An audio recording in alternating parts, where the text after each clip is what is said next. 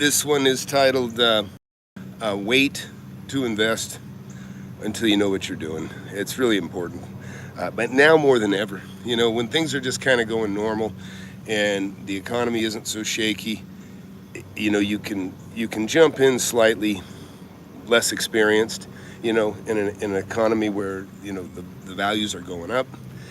And so it's more forgiving, I guess, is what I really want to say. But if you jump into an economy, invest in real estate when it's kind of coming down from a plateau, when it's in a declining, you really are taking a chance of getting yourself put in the position. Hey, good morning, Chris. You're taking a chance of getting yourself in a position that's going to be very hard to recover from. I talk about it all the time, and people, getting my students know right off the bat, first thing I say is, don't destroy your seed capital. Your seed capital, the money you got to start with, the money you got to play with, it's the most important money you have. Some people take that money and leverage it into debt to get into a mentorship that ain't worth a shit, where it's the worst thing you could do. Plenty of good information, free or cheap. Also, by the way, I got a book, Wake Up and Smell the Real Estate. Been a best Amazon and Kindle and Audible. And yeah, hey, we'll talk about that in a minute, Ollie. But I want to just really tell you guys, look, I've been getting bombarded with, people pushing, seminars, mentorships, and now they're kind of segueing into franchises and this other crap. And in other words, they're like car salesmen. They'll sell whatever they can sell at the time. And for you guys that are green, don't know what you're doing, and listen, just be honest with yourself. You don't know what you're doing. You don't know what you're doing. Hey, Clay, glad you're here. It can be the worst thing that can happen to you. It can be the worst thing that can happen to you. And this is the beauty of being, good morning, Robert, as well. When you first start, you got to make every penny count. This is the beauty of being self-employed or starting with nothing, is you can't afford to make the mistakes that somebody that has a lot of money. I can tell you, it's a little bit of a curse. If I start a little side business or I do something on the side, because I have a pocketbook, I've got money, I can throw good money after bad if I'm not careful, just because I have the money to throw away. Well, and so I don't have to think it as hard. I can be a little careless with people that I hire sometimes. This is just human nature, and I've got some of those options, but I can afford the risk. When you first start, you can't. I couldn't afford it. When I started, man, I had to make every penny count. I was watching an interview with Mr. Wonderful, right? Kevin O'Leary, who I have a lot of respect for. I like that guy. And he was talking to somebody that I don't have much respect for, and that's Grant Cardone. And it was really a piss poor interview, to be honest. Grant Cardone was just like all over the place. He couldn't pay attention. Like talking to people while he's trying to listen to, Kevin O'Leary. But if you watch, Kevin O'Leary's even though I think he was interviewing Grant Cardone, I don't know why, but he was a little bit, but really it was more about Kevin O'Leary's story was the big one. Kevin O'Leary basically was talking about, I think it was his mother. When his mother passed away, she actually had quite a fortune put away, and she lived frugally, but she'd saved all of her money, and every bit of money she had, she always reinvested. So in other words, she always had money she invested, always. And so and even my mother, I was surprised to find out. I thought I was going to be taking care of my mom. When my mom's got dementia.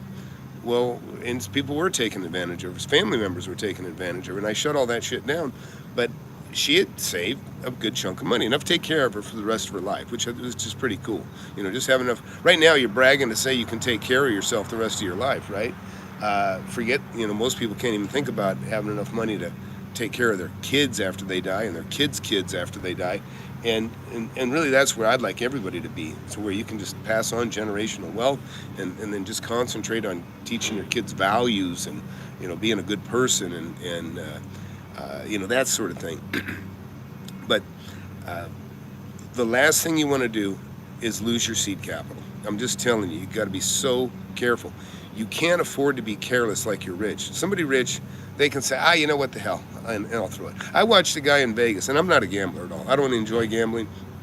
Even when I win, it doesn't feel good. I don't know what it is. It doesn't feel good. It just doesn't feel good because I didn't do anything. I wasn't smart. I was lucky. I don't want to be lucky. I want to be smart. And that's why I say you got to get some skills. Learn, this is a teachable skill, real estate. And I have a mentorship for that. Go to FlipAnything USA. And you can see the students. In fact, I got to tabulate how many millions of dollars my students have made collectively in the group. And that'll be an interesting video. I think I'm going to put a master video of all that stuff together. Hey, please hit that subscribe button if you're here, and you can hit the like button too. That'd be great. But really, you need more subscribers. There's just so many people that every time I do a Grant Cardone video, I get quite a few subscribers because a certain amount of them, not all of them, a lot of them are just millionaire voyeurs. They're probably never going to do anything. But there's people that are serious about trying to make money, and they're starting to discern the bullshit, from real stuff. But back to Kevin O'Leary, the point of it is they were all blown away in his family when they saw how much money this relative, I don't think it was his mother, had saved. And it was primarily, he attributed it to her discipline of always working and putting away some of that earned money away into buying stocks and that sort of thing. And I have not got to 9/11 yet, but anyways, so it's just like I just really want to pound this into the heads of the people that are hungry to learn, that haven't been there yet, or some of the people that are new in the class. Don't be careless with your money. Don't get through that first month of the class. Really important you get through that first month, because you'll have a different. You'll be looking at real estate a little bit differently, and then after you get through another couple months of mentoring, you'll even have a better perspective on things. You'll look at it more like I do. That's my goal, is get you to look at real estate kind of how through my eyes. And once you do that, you'll never make a bad deal. You'll never make a bad purchase once you get there, because I don't make any mistakes anymore. I mean, when I say I don't make any mistakes, I'm saying I don't buy any properties that are they're going to hurt me. They're going to hurt me, in a negative way. They're not going to be worth less than I paid for them. Everything I buy, to me, a negative is when I buy something and I make money on it, but I think, damn it, I could have made more, Yeah. So don't buy the Porsche with seed money, exactly. And believe me, I have a story out there. Somebody actually did buy their Porsche with seed money, and I was sad to say that they did it. And I was even sadder to say that they say, yeah, I saw what you said, and I decided to go for it. And I'm like, I don't tell people to go for it. I don't tell people to just go for it. Go buy that Porsche. I would never tell you that. Look, I don't even let people in my mentorship unless they have several $1,000s or $10,000 or more. And it really just depends on the person, but I won't let anybody broke come into my mentorship. I don't want anybody to buy my course on a credit card. I really don't. I don't. It's okay to buy it on a credit card, but I want you to have cash in the bank to pay for the course, so that I want to know that you have money. You've got to have money to play with, because you're getting the skills. And this is the worst thing. You don't know a deal until you see one. And that's what I teach you, is learn how to know a deal when you see it. And it's so important, because if you don't know a deal when you see it, you don't know what to pay for it. You don't know what to pay for it. There's no silver bullet for knowledge. You have to take time to learn it.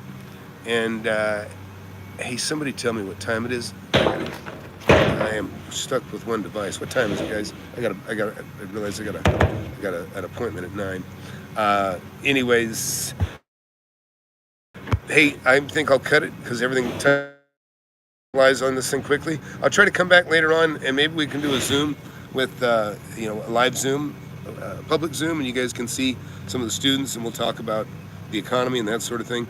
But hey, please hit that subscribe button, hit that notifications button, and maybe you'll get a notification today that we're going to do a Zoom, and you can kind of see some of the students, and you'll see us discuss, kind of some of the stuff we discuss. Not all the secret recipe stuff, but a lot of good information can be discussed, and a lot of people will learn from it, I'm sure. You're looking at a 911 too. GT, yeah, the GT3s are too rough. Robert, they ride like a go-kart. They're way too rough. Oh, thank you. Appreciate it. 8:52, I got 8 minutes. So I'll take another minute or two. So look, I got a GTS, a 911 It's I forget. I don't know all the numbers, but anyhow, I'm looking at one I can buy right now. It's pristine, beautiful. It's kind of a collector's item. It's the last year that they had the lineal speedometers and thing, not all the digital stuff. It has some of that stuff, but not all that stuff. And and it's a GTS, so it's like a GT3 that's comfortable. Uh, but even then, when I took it for a ride, to be honest, my back kind of bothered me a little when I got out, so I'm not sure if I love the seat or not. So I have to maybe give it another try. And, this would probably just be a backdrop. By the way, the man cave is coming along. In fact, it's being worked on right now, and hopefully I'll be doing my next Zoom meeting will be from my new digs. We're getting the internet dialed in. I'm trying to have perfect internet for a change. You know how I've been haunted by that at different times. But hey, again, if you just got here, please subscribe, get the book, and stick around if you're interested in learning about real estate. I don't think there's a better place to be than here. And don't be taken by some of the bullshit information that's out there. A lot of people out there, you're the focus. They don't care if you have money or not, and they care that you have a credit card, and all they're interested in is taking you and leaving. As soon as you're done, they're done with you. So, all right, hey, we'll see y'all later. Thanks. Bye.